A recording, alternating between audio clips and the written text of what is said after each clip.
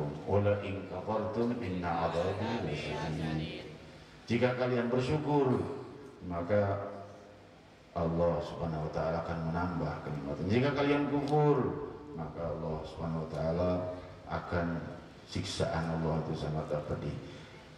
Kita ini belum bersyukur kepada Allah kalau belum bersyukur kepada manusia. La yashkurillah man lam yashkurin nas.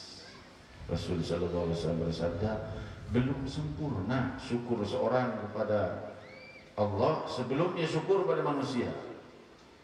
Seperti kita ini hidup 1000 tahun kita beribadah, tetap belum Allah terima syukurnya sebelum kita bakti pada orang tua kita yang menjadi perantara kehidupan kita. Kenikmatan paling besar bagi kita apa? Iman. Iman ini siapa yang menjadi penyampainya? Sayyidina Muhammad. La yu'minu ahadukum hatta akuna habba ilaihi min waladihi wa walidihi wan nasi ajma'in. Belum beriman, belum sempurna iman kalian sebelum aku lebih dicintainya dari ayah bundanya, dari anaknya dan dari seluruh manusia. Riwayat Sahih Bukhari. Diriwayatkan di dalam Sahih Bukhari. Terus apa enggak nih? Sedikit ya. Nah, hadirin hadirat, diriwayatkan di dalam Sahih Bukhari. Bicara dari tadi Sahih Bukhari, Sahih Bukhari, karena Sahih Bukhari itu kitab hadis yang paling sahih dari semua kitab hadis sahih. Kita mengenal di dalam Al-Quran, di dalam ilmu hadis itu para muhaditsin memberi gelar Al-Hafidh. Kalau kita kan ada S1, S2, S3, S campur, S macam-macam. Ya, di dalam hadis juga ada gelar Al-Hafidh. Mereka yang hafal 100.000 hadis dengan sanad dan hukum matannya. Di atasnya ada gelar Hujjatul Islam yang hafal 300.000 hadis dengan sanad dan hukum matannya. Di atasnya ada gelar Al-Hakim yang melebihi lagi. Hadirin hadirat yang dimuliakan Allah, Al-Hafidh zaman dulu berantakan. Zaman sekarang mungkin udah gak ada di dunia Al-Hafidh. Ya. Tapi di zaman dulu Imam Ahmad bin Hanbal bukan 300.000 hadis lagi Hujjatul Islam derajatnya. Makanya disebut Al-Imam.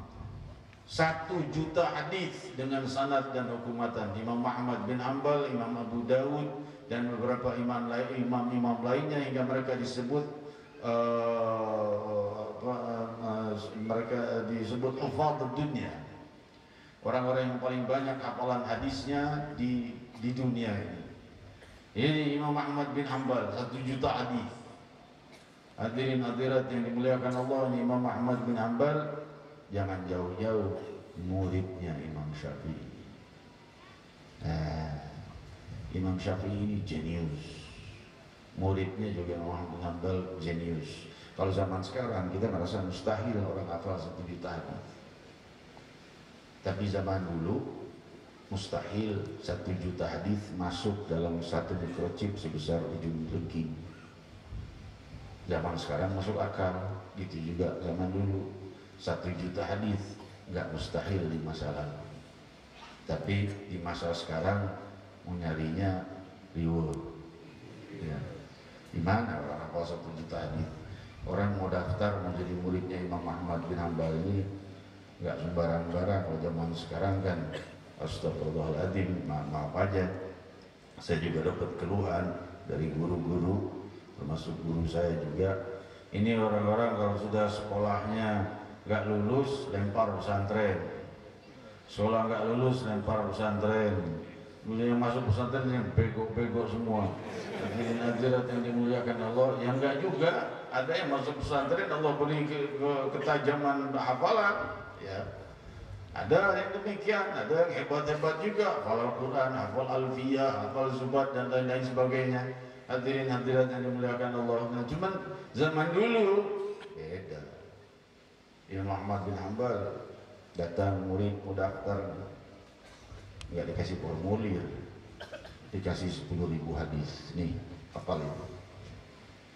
Kalau sudah hafal baru datang ke sini, balik lagi. Kalau belum hafal jangan datang. 10.000 hadis.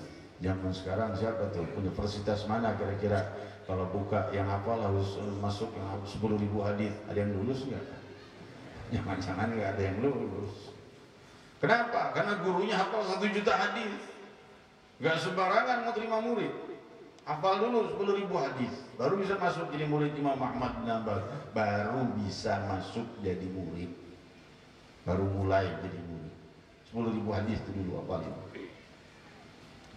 Satu pergi di dalam Tadhkiratul Hifadz dan Syiar A'lam Nubala, diriwayatkan, dihikayatkan. Balik dia pada Imam Ahmad. Imam, saya sudah hafal 10.000 hadis ini. Oh, sudah hafal semuanya, dites. Benar-benar hafal. Hebat hafalannya ini orang. Maka Imam Ahmad bin Hanbal berkata, itu 10.000 hadis, ketahuilah semuanya hadis palsu. Wah Imam, kau aku sudah hafalkan 10.000 hadis palsu. Ya buat belajar. Buat asah otak doang. Iya, buat belajar doang, belajar ngapal. Kenapa? Karena kalau kau beri hadis sahih, kau salah, kau akan menipu umat selanjutnya seumur hidupmu. Makanya aku beri hadis yang mardud, palsu. Salah nggak apa-apa, hadis palsu, udah kasih tahu semuanya palsu. Kalau sahih, nanti salah kamu nipu umat sampai akhir zaman. Tuh penjagaannya. Dah, sekarang belum kuterima, silakan istirahat. Mak istirahat. Sebelum subuh, Imam Ahmad bin Hanbal lihat masih ngorok aja, ngorok ngiler-ngiler. Adzan subuh bangun. Selesai sholat subuh, Imam Ahmad bin Hanbal bilang, kau pulang, aku tidak terima murid yang tidak sholat tahajud. Hadirin hadirat yang dimuliakan Allah, ini murid Imam Syafi'i. Imam Syafi'i ini punya catatan 1 kamar penuh catatannya, riwayat hadis, hukum dan lain sebagainya, sampai beliau bingung kalau beliau keluar catatannya ada di rumahnya, di kamarnya catatannya. Akhirnya dia masuk kamarnya beberapa minggu, keluar tidak keluar dari kamar ini, keluar di kamarnya sudah ada apa yang dia siapkan daripada kurma dan lainnya. Beberapa hari dia keluar, dia bilang bakar nih semua kertas yang ada di kamar. Ya Imam, mau dibakar semua. Sudah kupindahkan. Pindahkan kemana? Sini. Unjuk kepalanya. Sudah dihafal semua tuh gurunya Imam Ahmad bin Hanbal. Hadirin hadirat yang model begini, 1 juta hadis. Di atasnya lagi hadirin hadirat yang disebutnya kan ada kutubus sittah, kutubus Imam Sab'ah, 7 imam besar. Para muhaddits itu banyak, tapi 7 imam besar ini kuat riwayatnya melebihi yang lainnya. Siapa mereka? Imam Ahmad bin Hanbal, Imam Ibn Majah, Imam Tirmidzi, Imam Nasa'i, Imam Muslim dan Imam Bukhari. 7.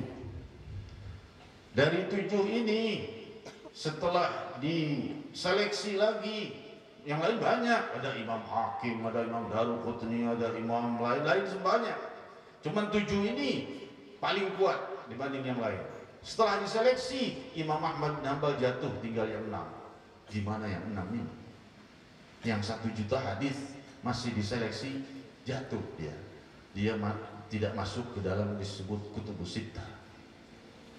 6 kitab besar di dalam hadis yang diseleksi, di situ musnad Imam Ahmad bin Hanbal jatuh. Imam Nasa'i, Imam Tirmidzi, Imam Ibn Majah, Imam Abu Dawud. Ini disebut kutubul arba'ah. Sunan Nasa'i, Sunan Tirmidzi, Sunan Abi Dawud, Sunan Ibn Majah. Ini disebut kutubul arba'ah.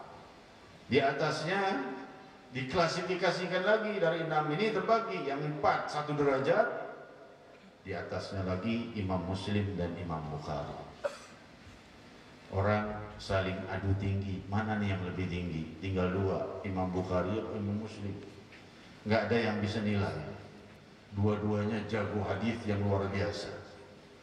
Dua-duanya orang-orang yang sangat berhati-hati, sangat khusyuk, sangat jenius, dan sangat peka di dalam mendalami ilmu-ilmu hadis dan mustalahul hadis dan rijalul hadis dan sejarah-sejarah para muhaddits.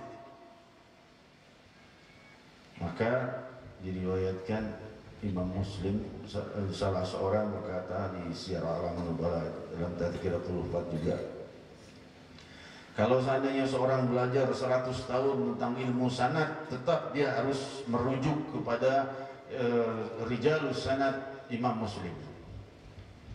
Dari hebatnya Imam Muslim, suatu waktu Imam Muslim punya masalah yang tidak bisa ketemu jawabannya. Ini saya cari jawabannya, ini apa? Nggak ada yang bisa jawab.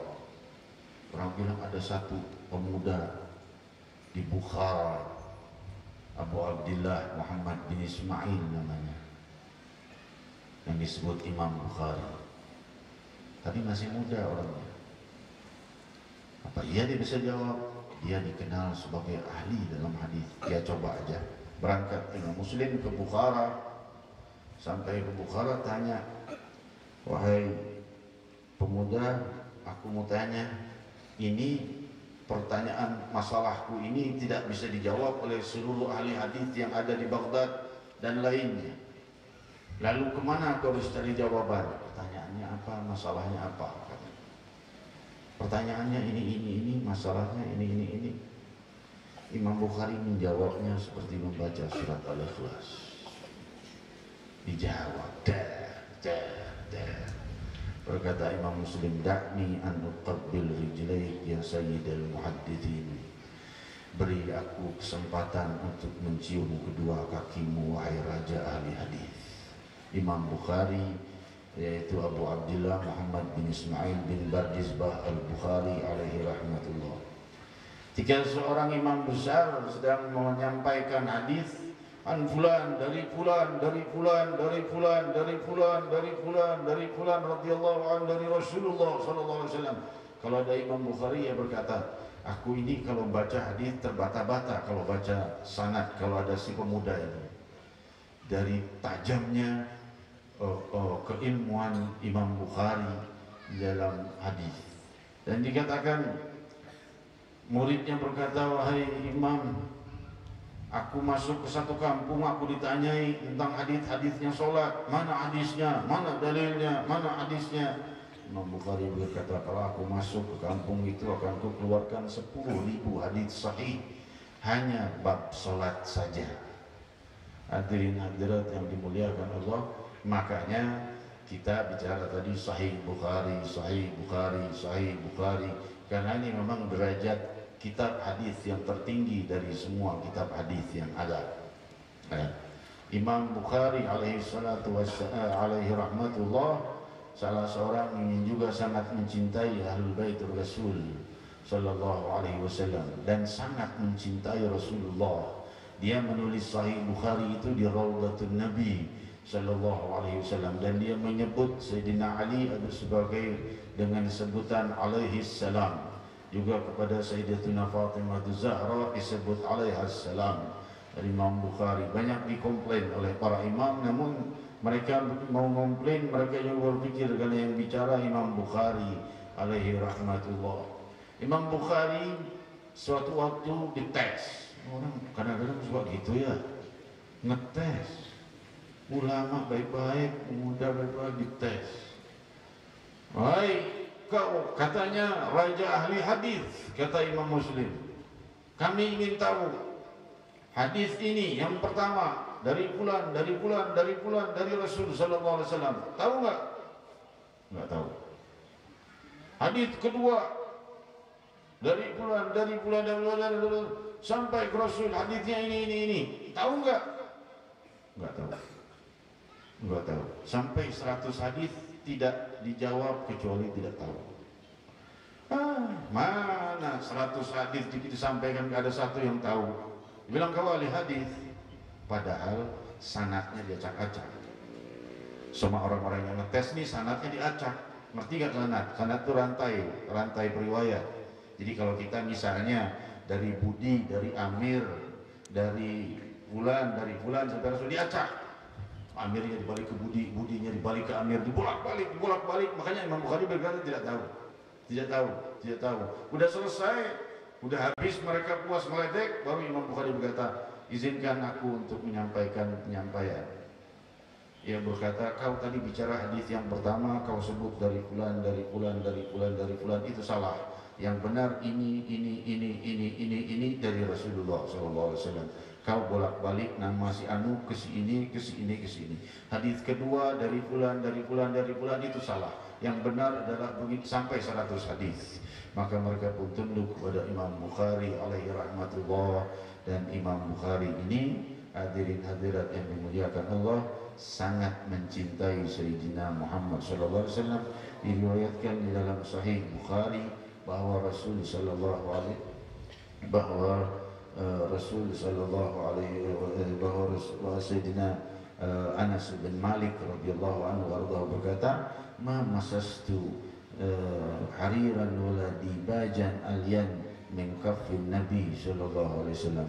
Belum pernah aku sentuh ada sutra atau kain yang lebih lembut dari telapak tangannya Rasulullah sallallahu alaihi wasallam. Indahnya Sayyidina Muhammad sallallahu alaihi wasallam. Hadirin hadirat yang dimuliakan Allah, lihat perbuatan beliau ketika para musuh-musuhnya memusuhi beliau. Lihat perbuatannya kepada tetangga-tetangganya. Bagaimana saya sampaikan pernah bahwa dalam riwayat Sahih Bukhari, Rasul sallallahu alaihi wasallam datang malam-malam ke rumah Sayyidatina Aisyah. Sayyidatina Aisyah sudah siapkan roti syair untuk diberikan kepadanya untuk makan malamnya Rasul sallallahu alaihi wasallam. Satu-satunya itu sudah disiapin. Rasul sallallahu alaihi wasallam datang lalu keluar balik lagi kedinginan. Adfi ini. Peluk aku kata Rasul sallallahu alaihi wasallam. Aku dingin. Maka berkata Sayyidatina Aisyah, kami cuma punya satu selimut, jadi dipeluk oleh Sayyidatina Aisyah. Rasul sallallahu alaihi wasallam sangat menggigil kedinginan. Enggak lama ini kambing punya tetangga masuk di malam-malam ini. Kambing tetangga bisa masuk lewat mana nggak tahu, lewat loteng lewat mana. Masuk, ini roti satu-satunya yang dibikin sama Sayyidatina Aisyah, blek, bawa kabur.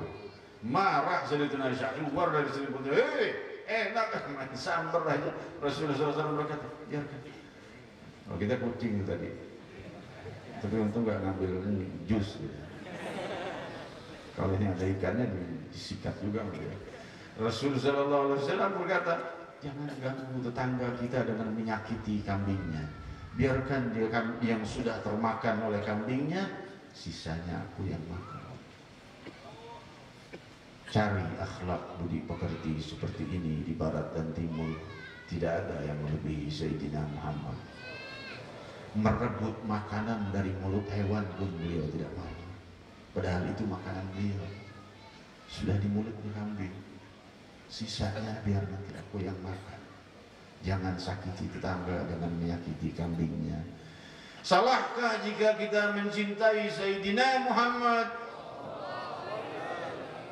Kita mau bikin perayaan sebesar-besarnya untuk mengingat kembali bangkitnya Sayyidina Muhammad, membawa kedamaian dunia dan akhirah, membawa kesejahteraan dunia dan akhirah Muhammad Rasulullah sallallahu alaihi wasallam, dan bertasyakur atas kelahiran Nabi sallallahu alaihi wasallam adalah wajib, dan mengingkari dan benci atas kelahiran Nabi sallallahu alaihi wasallam tidak diperbuat kecuali oleh syaitan. Memilih jadi setan, memilih jadi manusia. Jadi manusia, semoga semuanya kita mendapatkan hidayah. Saudara-saudara kita yang terjebak di dalam kerusakan akidah atau kesalahpahaman, semoga dilimpahi hidayah. Hadirin hadirat yang dimuliakan Allah, semoga Allah SWT memberi kita kemuliaan, keluhuran, kebahagiaan. Kita berzikir dan memohon kepada Allah SWT agar Allah SWT mengabulkan doa-doa kita, dan sungguh zikir menyebut nama Allah Subhanahu wa taala, tanda orang-orang yang beriman. Idza dzukirallah wajilat qulubuhum, jika mereka mendengar nama Allah bergetar hatinya daripada kewibawaan Allah. Bukan bilang bid'ah. Hadirin hadirat yang dimuliakan Allah, mari kita berzikir bersama, memanggil namanya yang maha luhur, maha berwibawa, maha melimpahkan kebahagiaan dunia dan akhirat, maha menjauhkan segenap musibah, merubahnya menjadi anugerah, maha menghapus segala dosa, menghapus segala dosa-dosa yang lalu di dalam samudera pengampunannya. Jika seluruh makhluk di barat dan timur tidak memaafkan, sungguh samudera maafmu tetap maha luas. Maka jangan salahkan kami, wahai Allah, jika mengharapkan maaf atas pengampunan kami, atas kelemahan kami dari taat kepadamu, dan lemahnya kami dari menghindari dosa-dosa padamu. Faqulu jami'an ya Allah, ya Allah. Ketika hambaku bergetar lidahnya menyebut namaku dan mengingatku, ya Allah, kau izinkan bibir pendosa ini menyebut namamu, dan kau muliakan bibir yang memanggil namamu. Ya Allah, jauhkan kami dari musibah dunia dan akhirat, beri kami kenikmatan dunia dan akhirat, kemudahan dunia dan akhirat. Di antara kami yang sakit beri kesembuhan, di antara kami yang dalam musibah beri penyelesaian. Ya Allah, ya Allah, ya Allah. Siapakah pemilik kebahagiaan dunia dan akhirat selainmu? Ya Allah, salahkah jika kami memintanya dari pemiliknya? Ya Allah, ya Allah, ya Allah. Jauhkan kami dari musibah, dari kerabat kami, dari keluarga kami, dari wilayah kami, dari bangsa kami, dari seluruh wilayah muslimin di barat dan timur. Ya Allah, ya Allah, bangkitkan jiwa-jiwa muda yang beridolakan Sayyidina Muhammad. Ya Allah, ya Allah, ya Allah, ya Allah, ya Allah.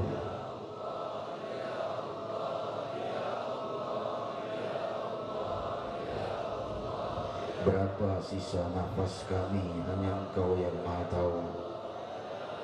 Berapa sisa malam kami hanya Engkau yang maha tahu.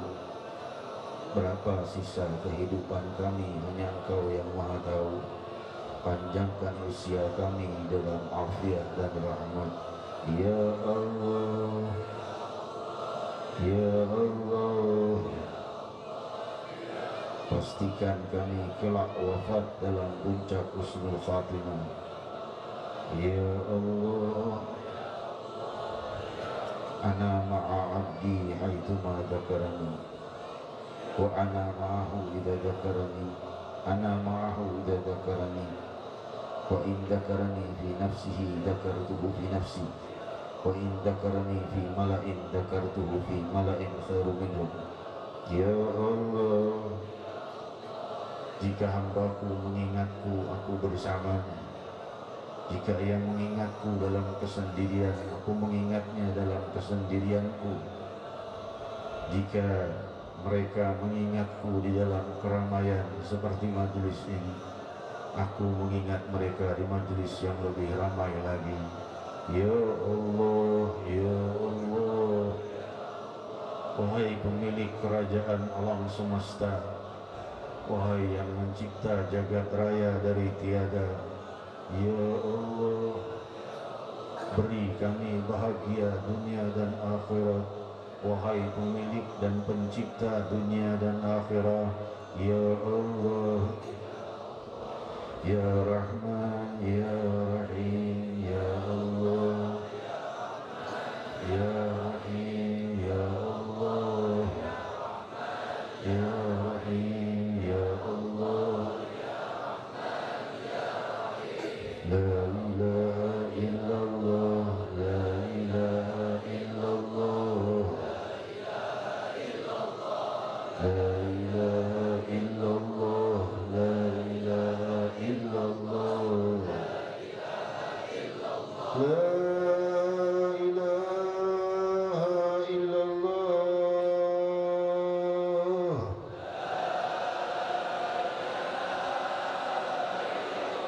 Muhammadur Rasulullah sallallahu alaihi wasallam. Kalimatul haq ala nahya wa la namut wa la nubat insyaallah taala minal aminin. Hadirin hadirat yang dimuliakan Allah, saya mengucapkan beribu-ribu maaf kepada para guru-guru, para ulama, para sepuh, para baik, para tokoh masyarakat yang jika di antara ucapan saya ada yang salah, maka itu dari yang benar adalah dari Allah Subhanahu wa taala. Hampura lamun aya masalah di kalau ada yang salah dari ucapan saya di ucapan abdi, hampura lamun aya masalah di ucapan abdi. Abdi di Sunda, lain Sunda, Sunda, Sunda, ya kan? Hadirin hadirat yang dimuliakan Allah. Selanjutnya kita bersalam kepada Rasul sallallahu alaihi wasallam dan doa penutup oleh ulama setempat. Acara belum selesai, ulah kemana-mana heula, malaikat oge can kemana-mana. Aya di dieu keneh malaikat, ulah kemana-mana heula ente. Nya, doa penutup, nanti selesai doa penutup, baru kita selesai bubar. Semoga maulid Nabi sallallahu alaihi wasallam semakin makmur. Wilayah kita makin jauh daripada musibah. Kita gembira, satu-satunya negara di muka bumi yang dari rakyat terendah sampai pimpinan tertingginya maulid Nabi Muhammad sallallahu alaihi wasallam. Demikian hadirin hadirat yang dimuliakan Allah. Salam kepada Rasul.